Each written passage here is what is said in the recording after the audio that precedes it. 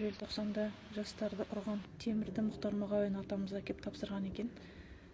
Темір екенін білдірмеу үшін сыртына өтірік газет пен мынандай қызыл мата ораған ханның іздері бар. Қазақ қыздарының шашынан сүйретіп жатқанын көргенімде мен қалай үнсіз қала аламын? Ол сәтте мен бір қызды емес, қорланған қазақтың намысын көрдім. Қыздың көзіндегі жас бүкіл елдің көз жасы еді. Мен төбелес үшін шыққан жоқпын. Мен қорлыққа шыдамағандықтан шықтым.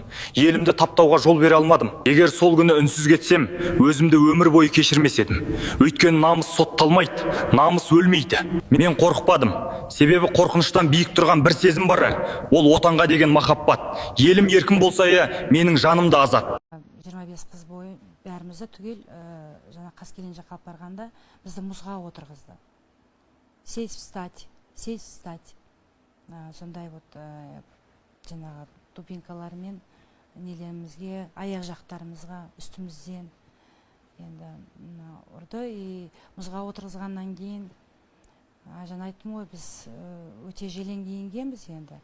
Қалың киінгеннің өзінде де енді жүгері егетін орысша айтқанда поле бізді сол жерге алып барып, жас қыздарды баламыз әлі тастап кетті, мысалы үшін. Ол колготкіміз немізге жабысып қалған суықтан. Аяқтан суық тиген. Қазақстанда бірінші орында қазақ тұруы керек. Кіріптарлық пен құлдықта өмір сүргеніміз жетеді. Біз еліміздің тәуелсіздігін жеңіп алған кезде ғана азат бола аламыз. Қазақстан қазаққа берілсін. Қазақстан қазаққа берілсін. Қыздарға тимеңдер, қорламаңдар. Мен алаңға өлім іздеп барған жоқ едім. Бұл әділетсіздік. Қазақстан қазаққа берілсін. Бәріне кінәлі мен. Алаңға үгіттеп мен апардым. Тек оларды оқу орнынан қумаңдар. Мен алаңға Қонаевты да басқаны да қорғауға келген жоқпын. Қазақтың қыздарын шашынан сүйреп ұрып жатыр деген соң бардым.